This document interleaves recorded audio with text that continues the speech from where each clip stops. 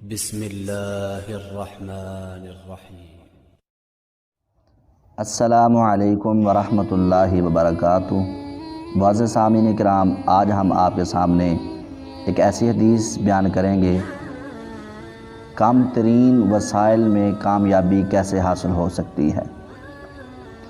نبی رحمت صلی اللہ علیہ وسلم نے فرمایا، کامیاب ہو گیا وہ شخص جو اسلام لایا اور جسے بقدر ضرورت رزق ملا، اور وہ اسی رزق پر جو اللہ تعالیٰ کی طرف سے دیا گیا ہے اس پر قناعت پسندی اختیار کرتا ہے۔